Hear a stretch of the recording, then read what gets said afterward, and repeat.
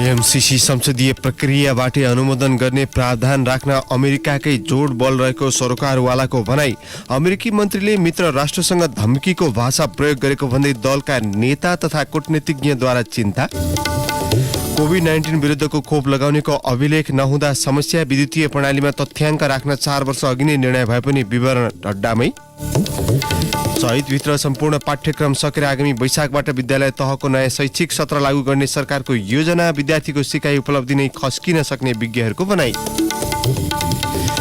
रुसले युक्रेनमा कुनै पनि समय हमला गर्न सक्ने भन्दै आफ्ना सेना तयारी अवस्थामा राखिएको अमेरिकाको भनाई। युक्रेन छाड्न विभिन्न राष्ट्रद्वारा आफ्ना नागरिकलाई सूचना जारी। र 4 देशीय T20 सिरिज अन्तर्गत ओमान विरुद्ध नेपाल 6 विकेटले विजयी। सिरिज को दोस्रो खेलमा नेपालले आज युएईसँग खेल्दै। नमस्कार, कान्तिपुर डायरीका साथमा साथी केशु र म अनिल। समाचार अब विस्तारमा। 4.5 वर्ष अघि 2074 भदौ 4औं साता तत्कालीन अर्थमन्त्री ज्ञानेन्द्र बहादुर कार्कीको नेतृत्वमा वाशिङटन डीसी पुगेको नेपाली टोली अमेरिकी अधिकारीहरूसँग लगातार वार्तामा थियो। अमेरिकी सहयोग नियोग एमसीसीसँग सम्झौता गर्न सम्पूर्ण तयारी गरेको थियो, तर 3 दिनसम्म वार्ता लम्बिँदा पनि एउटा विषयमा सहमति हुन सकेको थिएन। अमेरिकी अधिकारीहरू सम्झौता नेपालको संसदबाट पारित गर्ने प्रावधान राख्न चाहन्थे। नेपाली अधिकारीहरू यसका लागि तयार थिएनन्। दर्जन देशबाट हरेक वर्ष दर्जनौं परियोजनामा अनुदान आउने गरेकाले यो सम्झौतालाई मात्र किन संसदबाट पारित गर्नु पर्यो? नेपाली अधिकारीहरूको प्रश्न थियो। लामो माथापच्चीपछि संसदबाट अनुमोदन गर्ने प्रावधान बिना नै सम्झौता गर्न अमेरिका तयार भयो। 29 भदौमा हस्ताक्षर भयो। टोलीमा रहेका एक अधिकारीका अनुसार संसदीय अनुमोदनको प्रावधान राख्न अमेरिकी अधिकारीहरूले विभिन्न देशका उदाहरण प्रस्तुत गरेका थिए। ती अधिकारीले कान्तिपुरसँग भने उनीहरूले त्यस बेलासम्म 35 मुलुकमा एमसीसीका परियोजना सञ्चालन गरेकोमा 33 वटामा राम्ररी काम भएको थियो। ती 33 वटै मुलुकमा संसदीय अनुमोदन भएको र अनुमोदन नगरिएका 2 मुलुकमा मात्र समस्या देखिएको उनीहरूको दाबी थियो। परियोजना कार्यान्वयनपछि झमेला नहोस् भन्ने उद्देश्यले उनीहरूले अनुमोदनमा जोड दिएका थिए। एमसीसीका अनुसार Mongolia, Moldova, El Salvador, Ivory Coast, Senegal, घानाले संसदीय अनुमोदनबाटै अनुदान लिएका छन्। श्रीलङ्कामा भने विवादपछि एमसीसी फिर्ता भएको छ। नेपालमा पनि छिटो छिटो सरकार परिवर्तन भइरहने हुनाले संसदीय अनुमोदन भए सम्झौता कार्यान्वयन सुनिश्चित हुने अमेरिकी अधिकारीहरूको तर्क थियो। तर नेपाली अधिकारीहरूले भने मुलुकको सन्धि ऐनले सम्झौता र कानून बाजिए त्यसलाई हल गर्ने अधिकार सरकारलाई दिएको उल्लेख गर्दै समस्या नहुने दावी गरेका थिए। संसदबाट पारित गर्छौं भनेर जिम्मा लिन नसक्ने नेपाली पक्षको अडानपछि एमसीसी सम्झौताका लागि तयार भएको थियो। वार्ता सकिए लगतै वाशिङटनमै आयोजित हस्ताक्षर समारोहमा भने नेपालका तर्फबाट अर्थमन्त्रीको नेतृत्वमा 4 सदस्यीय टोली मात्र सहभागी भएको थियो। अहिले सञ्चार मन्त्री रहेका कार्कीले कान्तिपुरसँग भन्नुभयो, वार्तामा संसदबाट अनुमोदन गर्ने कुरा उठेको थियो, तर हामीले त्यसलाई नराखौं भन्यौ। तर त्यसपछि केपी शर्मा ओलीको नेतृत्वमा बनेको सरकारले संसदीय अनुमोदनको प्रावधान थपेको हो।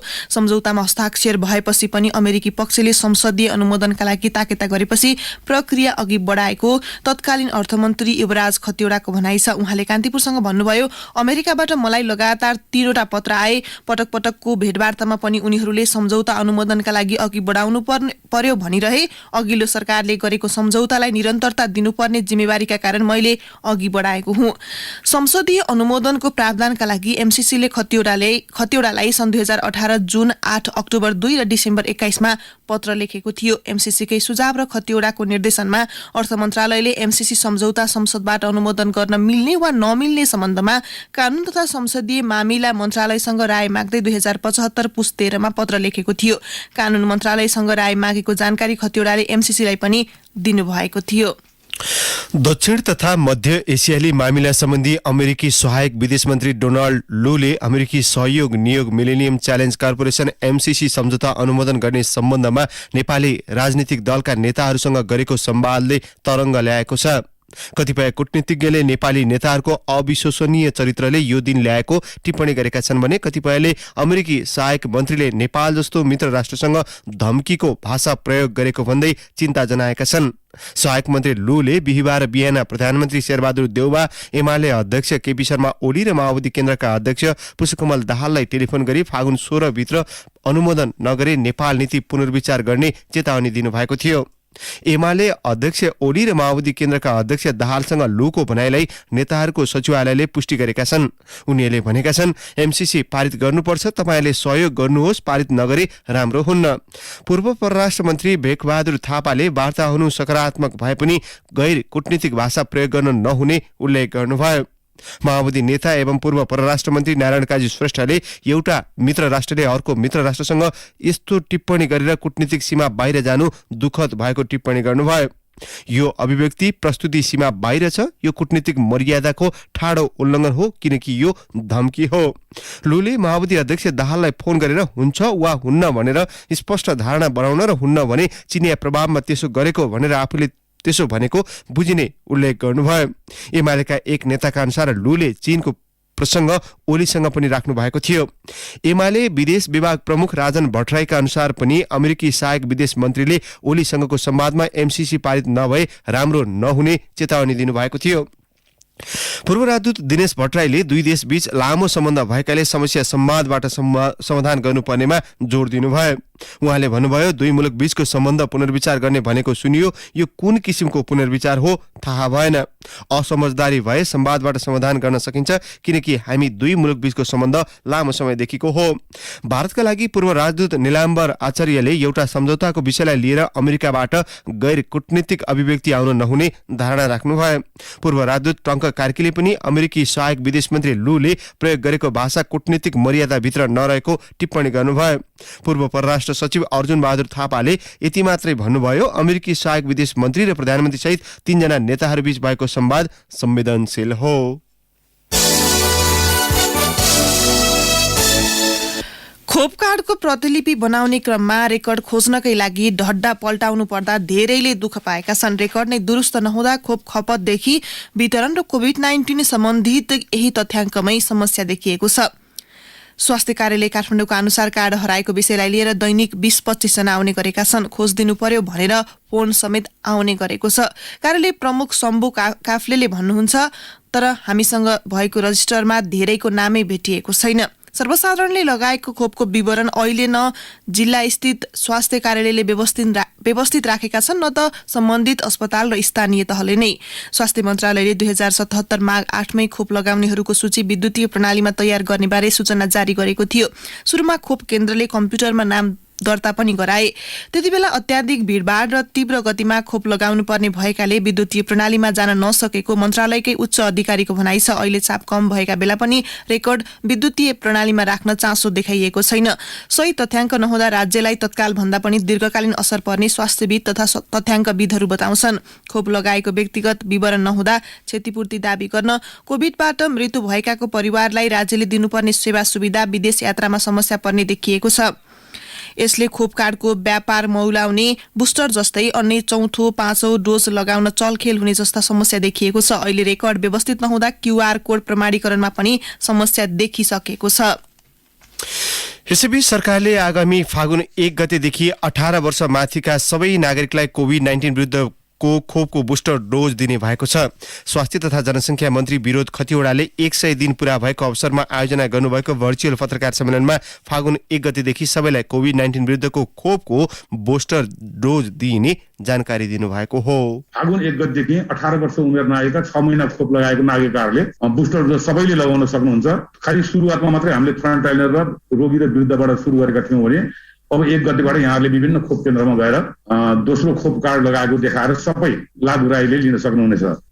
मन्त्री खतिवड़ाले 5 देखि 11 वर्ष उमेर समूहका लागि कोभिड-19 विरुद्धको खोप ल्याउन पहल सुरु भइसकेको पनि जानकारी दिनुभयो। पछिल्लो समय खोपको पहुँच नपुगेको स्थान र समुदायको पहिचान गरी खोप अभियान सञ्चालन भइरहेको मन्त्री खतिवड़ाको भनाइ छ। लक्षित जनसङ्ख्याको 1/3 खोप लगाइसकेको मन्त्री खतिवड़ाले दावी पनि गर्नुभयो। लक्षित जनसङ्ख्याको 1/3 पूर्ण खोप लगाउने लक्ष्य हासिल गरिएको छ। 2078 माघ 27 गतेसम्म 12 वर्षभन्दा माथिको लक्षित जनसङ्ख्याको 77% पहिलो मात्रा र 69लाई पूर्ण खोप प्रदान गरिएको छ। 12 वर्ष माथिका सबै उमेर समूहको। सुरुमा हामीले 18 माथिकोलाई लक्षित समूह भनेर भनेका थियौँ। त्यो लक्षित समूह अनुसार चाहिँ 18 वर्ष माथिकाहरूलाई प्रथम डोज 89.2% गरिएको छ भने दोस्रो डोज 73.8% लाई लगाइएको छ 18 वर्ष माथिकाको। यो अघि मैले भनेको चाहिँ नि 77% एक मात्र 69% दुई मात्र चाहिँ 12 वर्षभन्दा माथिका सबैलाई लगाइसकिएको छ। आगामी वर्षको वैशाख मसान्तसम्ममा 12 वर्षमाथिका सबैलाई खोप लगाउने लक्ष्य पूरा गर्ने उहाँको भनाइ छ। यसैबीच रेबिजको औषधि इम्युनोग्लोबिन 7वटै प्रदेशका 13वटा अस्पतालबाट दिन सुरु गरिएको छ।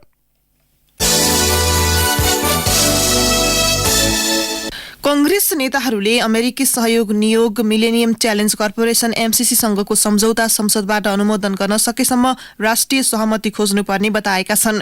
कार्य सम्पादन समितिको जारी बैठकमा नेताहरूले सभापति एवं प्रधानमन्त्री शेरबहादुर देउवालाई सम्झौता अनुमोदन गर्नुको विकल्प नभएको धारणा राखेका छन्। बिहिबारको बैठकमा सभापति देउवाले एमसीसी सम्झौतामाथि छलफलको प्रस्ताव पेश गरेपछि 10 नेताले धारणा राखेका थिए। शुक्रबार अन्य 8 नेताले बोलेका छन्।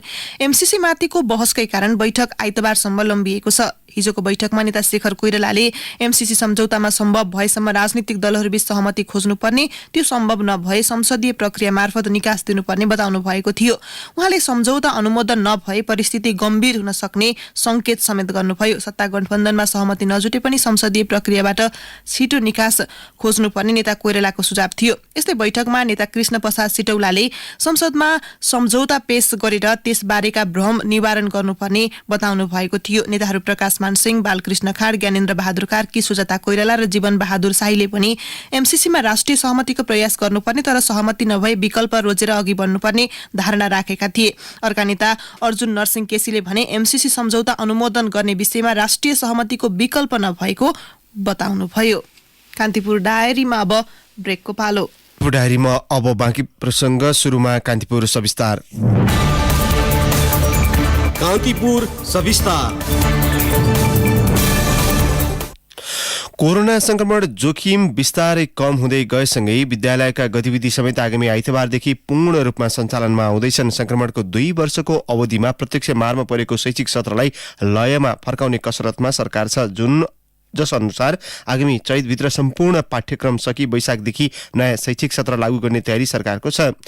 गत असारमा सुरु भएको शैक्षिक सत्रलाई हतारमा सक्दा विद्यार्थीको सिकाइ उपलब्धि नै खस्किन सक्ने विज्ञहरूले बताएका छन्। यस्तो चाहिँ विश्वमै क्राइसिस भएको बेलामा यो लेभलको चाहिँ एउटा अवस्थामा आइपुग्नु भनेको यसलाई पनि हामी ठुलो उपलब्धि मान्नुपर्छ। फाउन्ड चाहिँ पुरै चाहिँ अध्ययन अध्यापनमा लगाउन सक्यौँ भनेदेखि विद्यालयले बिहानदेखि बेलुकासम्म उहाँहरूले पुरै नै शैक्षिक क्रियाकलापमा उहाँहरू लगाउनुहुन्छ र त्यो चाहिँ भएको कुराहरूलाई क्षतिपूर्ति गर्न सक्नुहुन्छ भन्ने हाम्रो सल्लाह र आकलन त्यो छ। काठमाडौँ महानगरपालिकाको शिक्षा विभाग प्रमुख रामप्रसाद सुवेदीले भने जस्तै मुलुकका सबै स्थानीय तहका विद्यालयमा पाठ्यक्रम छिट्टै पूरा गर्ने तयारी छ। नजिकिँदो स्थानीय तहको चुनाव तथा कोरोना संक्रमण जोखिमले अलमलमा परेको शैक्षिक सत्रलाई व्यवस्थापन गर्न भन्दै सो तयारी भएको हो। गत असारमा सुरु गरिएको शैक्षिक सत्रलाई हतारमा सक्ने सरकारी रणनीतिप्रति विद्यार्थी भने असन्तुष्ट देखिएका छन्। हाल माध्यमिक शिक्षा परीक्षा एसई को तयारीमा रहेका बुटोलका शुभम गिरी भन्छन्, 2 वर्ष अघिका दिदी दाइहरूले परीक्षा दिन पाउनु भएको थिएन। साथीहरूले एसई दिन पाएका छौँ। कता कता मनमा डर पनि छ। भौतिक रूपमा स्कुल नखोलेको कारणले पनि कोर्स अघि बढ्न पाएन। कुनै कुनै कोर्सहरू अझै पनि पूरा भएको छैन। हतार कोर्स सक्दाखेरि अलि गाह्रो भयो। एसई को तयारीमा रहेकी अर्की विद्यार्थी प्रमिसा तिवारी नजिकिँदो एसई प्रति उत्साहित छिन्। 2 वर्षदेखि रोकिएको परीक्षा सञ्चालन हुने आधार बढेकाले समय कम भए पनि आफू तयारी अवस्थामा रहेको उनी बताउँछिन्। छिटो हुँदाखेरि चाहिँ अब एसईलाई काम त गरिरहेको छ, छोटो समयमा त्यही पनि अब हामीले सक्दो प्रयास गर्छौँ। शिक्षा तथा मानव स्रोत विकास केन्द्रको तथ्याङ्क अनुसार विद्यालय तहमा अध्ययनरत विद्यार्थीको संख्या 82,14,510 छ। यी सबै विद्यार्थीलाई कोरोना संक्रमण महामारीका कारण कुनै न कुनै रूपमा सिकाइ उपलब्धि कमी भएको छ। यस्तो अवस्थामा हतार गरेर पाठ्यक्रम सक्नुभन्दा विद्यार्थीलाई पढाइप्रति अपनत्व गराउने दिशामा सरकार अघि बढ्नुपर्ने विज्ञहरूको सुझाव छ। शिक्षाविद बालचन्द्र लुइटेल भन्छन्, सिकाइमा अपनत्व हुँदैन, नबुझिकन करिकुलम चाहिँ कम्प्लिट गरिएको छैन, सिकाइ उपलब्धि प्राप्त भएको छैन। त्यस्तो अवस्थामा जाने बाटो के हो त भन्दाखेरि रोट रिकल हो, कण्ठ गर्ने परीक्षामा लेख्ने, कण्ठ गर्ने परीक्षामा लेख्ने। 60% चाहिँ नि काम गर्न सक्ने बनाउने विद्यालय शिक्षालाई भनिएको छ भने नि करिकुलम पनि सुनाएर सिद्ध्याउने हो भनेदेखि त अर्थपूर्ण सिकाइको बडो महत्त्वपूर्ण भूमिका हुन्छ। त्यसको लागि समय पनि महत्त्वपूर्ण कुरा हो। त्यसैले 1 महिना शैक्षिक सत्र बिग्रिँदैन भन्ने मलाई लाग्छ। हालको शैक्षिक सत्रलाई कम्तीमा 1 महिना लम्ब्याउन सकिए विद्यार्थीमा सिकाइ उपलब्धि कमजोर नहुने लुइटेलको तर्क छ। उनले भने नबुझिकन अथवा जति पढ्नु पर्ने जति सिकाइ उपलब्धि प्राप्त गर्नुपर्ने त्यो प्राप्त नगरी जम्प गर्दा पनि अर्को समस्या हुन सक्छ। मैले देखेको चाहिँ के हो भने यो वर्षको शैक्षिक सत्रलाई अलिकति 1 महिना जति लम्ब्याएर अर्को वर्ष बिदा अलिक कम गरेर चैतमै पुग्ने गरी गर्न पाए हुन्थ्यो। यता तालुकदार निकाय शिक्षा विज्ञान तथा प्रविधि मन्त्रालय भने लय गुमाएको शैक्षिक सत्रलाई व्यवस्थापन गर्न वैशाख तोकिएको बताउँछ। कोरोना संक्रमण जोखिमले व्यवस्थापनमा अलमल देखिएको शैक्षिक सत्रलाई वैशाखमै सञ्चालन गरेर विद्यार्थीले छुटाएका क्रियाकलाप माथिल्लो कक्षामा सिकाइने गरी अघि बढ्ने मन्त्रालयका प्रवक्ता दीपक शर्मा बताउँछन्। शिक्षकहरूका कुराहरू पनि हामी सम्भव भएसम्म सुनेका छौँ। सिकाइ उपलब्धिहरूमा त्यो कामहरू गर्न सकिन्छ भन्ने उहाँहरूकै सुझाव अनुसार नै उहाँले भन्नुभएको चैत्रभरि चाहिँ पढाउनु पर्छ। त्यसो गर्दाखेरिमा हामीले गर्न सक्छौँ भन्दा पहिला जस्तो कम्पेयर तपाईँ गरेर त्यो सम्भव हुँदैन होइन। तर के भने हामीले जस्तो कोर्सहरूलाई कन्डेन्स गर्ने भन्ने कुरा पहिला पनि हामीले गरेका हौँ। त्यसैले एउटा लेभलमा गएर शैक्षिक सत्र नै रोकिराख्नुपर्छ भन्ने कुरा चाहिँ होइन। त्यो कुराहरूलाई अब विद्यार्थीको सिकाइमा कमजोरी रहेका कुराहरूमा त्योभन्दा माथिल्लो कक्षामा पनि गएर त्यसलाई लैजान सकिन्छ। शैक्षिक सत्रलाई व्यवस्थापन गर्ने सन्दर्भमा सरकारले आफू अनुकूल निर्णय गर्दा विद्यार्थीको भावनालाई भने व्यवस्था गरेको शिक्षा क्षेत्रमा आबद्ध व्यक्तिहरूको गुनासो छ। उनीहरू भन्छन् पाठ्यक्रम सकाउने बहानामा प्रभावकारी शिक्षा उपलब्ध नगराउँदा राज्यलाई हुने दीर्घकालीन घाटाको लेखाजोखा समेत हुनु जरुरी छ। रेडियो कान्तिपुरका लागि रमेश दुलाल। कान्तिपुर सविस्तार।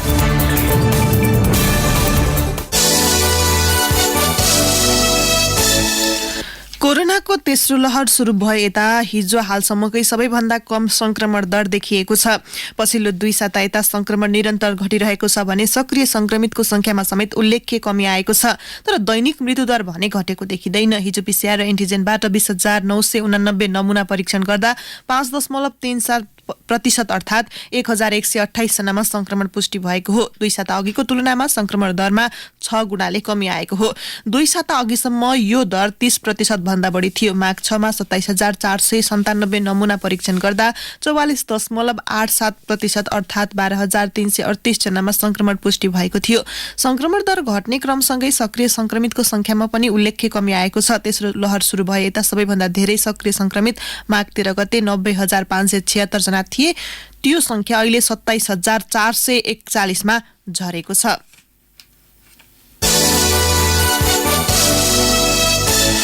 बागमती प्रदेश सरकार गठन भएको 4 वर्ष पूरा भएको छ। सरकारले प्रत्येक वर्षको माघ 29 लाई स्थापना दिवसका रूपमा मनाउँदै आए पनि यो वर्षबाट औपचारिक कार्यक्रम नगर्ने घोषणा गरिएको छ। देशमा संघीयता कार्यान्वयनसँगै पहिलो प्रदेश सरकारका रूपमा गठन भएको बागमतीले यो अवधिमा 3 वटा सरकार पाइसकेको छ। तर तीनवटै सरकार आफ्नो कार्यकालमा बदनाम भए राजनीतिक दाउपेच र खिचातानीमा व्यस्त रहे। प्रदेश स्थापनाको सुरुवाती वर्षलाई आधार वर्षका रूपमा हेर्ने हो भने यो समयमा केही काम भएको मान्न सकिन्छ। त्यसपछिका वर्षहरूमा सरकार टिकाउने खेल र आरोप प्रत्यारोपमै समय बितेको थियो। प्रदेश सरकारको औचित्यमाथि स्वयं प्रदेश सभाका सांसदहरूले प्रश्न उठाउने सम्मको अवस्था आयो। 4 वर्षमा प्रदेशमा न त अपेक्षित कानून निर्माण भए न विकास निर्माणले नै गति लिन सकियो।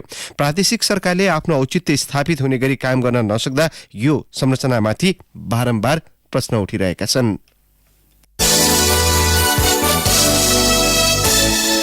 यति बेला नारायणगढ बुटोल सडक हुँदै यात्रा गर्नेहरूले धुलो मैलोको शास्ति बेहोरिरहेका छन्। बर्खामा भने यात्रुलाई हिलोले हिडिसाध्य बनाउँदैन। ट्राफिक जामको समस्या पनि सदाबहार जस्तै छ। चाइना स्ट्रेट कन्स्ट्रक्सन इन्जिनियरिङ कर्पोरेसनले 2075 पुस7 मा 17 अर्ब रुपियाँमा यो सडक खण्डको ठेका लिएको हो। 2079 साउन 22 भित्र सक्नुपर्ने सडकको भौतिक प्रगति 12% मात्र छ। निर्माण व्यवसायीले तदारुकताका साथ काम नगर्दा यसको प्रगति राम्रै छैन।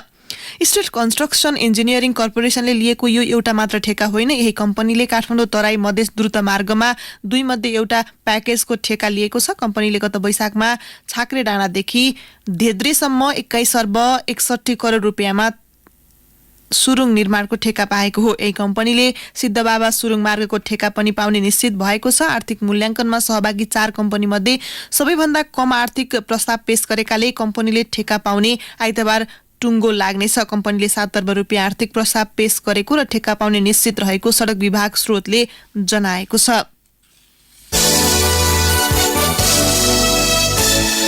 बालकुमारी मन्दिरबाट माघ 9 गते चोरी भएको मूर्ति हिजो फेला परेको छ। मूर्ति फेला परेपछि ललितपुर महानगरपालिका 27 सुनाकोटीका स्थानीयले हिजो नै बाजा गाजासहित जावलाखेलबाट पैदल यात्रा गर्दै बालकुमारी मन्दिरमा मूर्ति प्रतिस्थापन गरेका छन्। ललितपुर प्रहरी प्रवक्ता एसपी सिद्धि विक्रम शाहका अनुसार सो मूर्ति ललितपुर 15 हात्तीवन गौरी गाउँ स्थित करुणा मन्दिरको पेटीमा बोराभित्र फेला परेको हो। मूर्ति चोरीबारे अनुसन्धान गर्न ललितपुर प्रहरीले डीएसपी दीपक भारतीको संयोजकत्वमा टोली नै गठन गरेको थियो, तर प्रहरीले हालसम्म चोरीमा संलग्नलाई पत्ता लगाउन भने सकेको छैन। कान्तिपुर डायरीमा पुनः ब्रेकको पालो। अब आर्थिक प्रसंग। सरकारले विद्युतीय चुलोमा लाग्दै आएको भन्सार दर वर्षेनी जसो घटाइरहेको छ। आयातित इन्डक्सनको भन्सारमा लाग्ने कर कम गर्दा उपभोक्ताले सस्तो मूल्यमा किन्न पाउने र बिजुली खपत समेत बढाउन सकिने अपेक्षा गरेर यस्तो नीति अघि सारिएको सरकारले बताउँदै आएको छ। तर घटाइएको भन्सारका बावजुद इन्डक्सनको मूल्य भने लगातार बढिरहेको छ। अहिले इन्डक्सन होलसेलमा 3650 रुपियाँ र खुद्रामा 4500 रुपियाँसम्म बिक्री भइरहेका छन्। होलसेलमा 3800 रुपियाँमा पाइने इन्फ्रारेड चुलोलाई खुद्रा बजारमा 4500 रुपियाँसम्म पर्छ। यी सामानको बजार मूल्य र भन्सार जाँचपासका क्रममा खुलाइएको मूल्याङ्कन रकम भने पटक्कै मेल खाँदैन। भन्सार मूल्याङ्कन भन्दा बजार मूल्य दोब्बर भन्दा बढी छ। भन्सार विभागको तथ्याङ्क अनुसार चालू आर्थिक वर्षको पुष मसान्तसम्ममा 2,34,21,000 मूल्य बराबरको 10,910 गोटा इन्फ्रारेड चुलो नेपाल भित्रिएका छन्। 14,15,91,000 मूल्य बराबरको 63,137 वटा इन्डक्सन चुलो आयात गरिएको छ। निक्षेपको ब्याज दर स्थिर राख्ने सम्बन्धमा वाणिज्य ब्याङ्कहरू बीचको भद्र सहमति तोडिएको छ। ब्याङ्कर संघ बैठकले हिजो ब्याज दरमा यसअघिको भद्र सहमति खारेज गर्ने निर्णय गरेको हो। यससँगै फागुनदेखि ब्याङ्करले आफ्नो वर्गका ब्याङ्कहरूको औसत ब्याज दरका आधारमा राष्ट्र ब्याङ्कको निर्देशित सीमाभित्र रहेर अधिकतम 10% बिन्दुले बढाउन तथा घटाउन सक्नेछन्। राष्ट्र ब्याङ्कले गत असोजदेखि ब्याज दरमा हस्तक्षेप गर्दै आएको छ। राष्ट्र ब्याङ्कको निर्देशनअनुसार ब्याङ्क तथा वित्तीय संस्थाले आफ्नो वर्गका वित्तीय संस्थाको निक्षेपको औसत ब्याज दरको तुलनामा बढीमा 10% बिन्दुले घटाउन वा बढाउन पाउनेछन्। अब अन्तर्राष्ट्रिय प्रसंग। रुसले युक्रेनमा कुनै पनि समय हमला गर्न सक्ने अवस्था भएकाले सेना तयारी अवस्थामा राखिएको अमेरिकाले दाबी गरेको छ। हवाई हमलाबाट सुरु हुने हस्तक्षेपका कारण सर्वसाधारण जोखिममा पर्न सक्ने अमेरिकाले दाबी गरेको छ, जसका कारण 48 घण्टाभित्र युक्रेनमा रहेका सबै अमेरिकी नागरिकलाई बाहिरिन व्हाइट हाउसले आग्रह गरेको छ। युक्रेन सीमामा 1 लाख भन्दा बढी संख्यामा सेना तैनात गरेको रुसले हमला गर्ने आरोपको निरन्तर खण्डन गर्दै आएको छ। अमेरिकासँगै बेलायत, क्यानाडा, नेदरल्यान्ड्स, लातभिया, जापान र दक्षिण कोरियाले आफ्ना नागरिकलाई युक्रेन छोड्न सूचना जारी गरेका छन्। रुसको विदेश मन्त्रालयले भने पश्चिमा मुलुकहरूले गलत सूचना फैलाइरहेको आरोप लगाएको छ। रुसका राष्ट्रपति भ्लादिमिर पुटिनले हमलाको अन्तिम निर्णय गरिसके पनि आक्रमणलाई पुष्टि गर्न कथा बुन्ने काम भइरहेको अमेरिकाले दाबी गरेको छ। कान्तिपुर डायरीमा अब खेल प्रसंग। 4 देश सम्मिलित T20 सिरिजमा ओमान विरुद्धको खेलमा नेपालले हिजो जित हात पारेको छ। अल अमिरत क्रिकेट मैदानमा 136 रनको लक्ष्य पछ्याएको नेपालले निर्धारित ओभरमा 3 बल बाँकी छँदै 4 विकेट गुमाएर पूरा गरेको हो। नेपालका लागि दिपेन्द्र सिंह ऐरीले सर्वाधिक 73 रन जोडे। दिपेन्द्रको T20मा यो सर्वाधिक रन समेत हो। ओमानका कलिमुल्लाहले 2 तथा खावर अलीले 1 विकेट लिए। नेपालले टस जितेर फिल्डिङ रोजेपछि ब्याटिङ गरेको ओमानले निर्धारित ओभरमा 6 विकेट गुमाएर 135 रन जोडेको थियो। ओमानका लागि मोहम्मद नदीमले अभिजित 43 रनको योगदान गरे। नेपालका लागि अविनाश बोहराले सर्वाधिक 3 विकेट लिए। नेपालले ओमानसँग T20मा पछिल्लो पटक सन् 2019 मा खेलेको थियो, जसमा ओमानले नेपाललाई 6 विकेटले पराजित गरेको थियो। सिरिज अन्तर्गत नेपालले दोस्रो खेलमा आज UAE सँग खेल्नेछ। नेपालले सोमबार आयरल्यान्डसँग खेल्नेछ। आईसीसी पुरुष T20 विश्वकप छनौट अन्तर्गतको ग्लोबल छनौट A अघि नेपालले 4 देशीय सिरिज खेल्न लागेको हो। अब मौसम सम्बन्धी जानकारी। काठमाडौँ उपत्यका सहित मुलुकभरको मौसम आज सफा रहने जल तथा मौसम पूर्वानुमान महाशाखाले जनाएको छ। केही बेर अघि 5 डिग्री सेल्सियस मापन गरिएको काठमाडौँ उपत्यकाको अधिकतम तापक्रम आज 18 डिग्री सेल्सियससम्म पुग्नेछ। सूर्योदय बिहान 6:44 भयो भने सूर्यास्त साँझ 5:53 हुनेछ। हवस्, प्रसङ्गसहित कान्तिपुर डायरीको यो बुलेटिन अहिलेलाई यहीँ सकिन्छ। साथी केशु र म अनिल बिदा माग्छौँ। नमस्कार।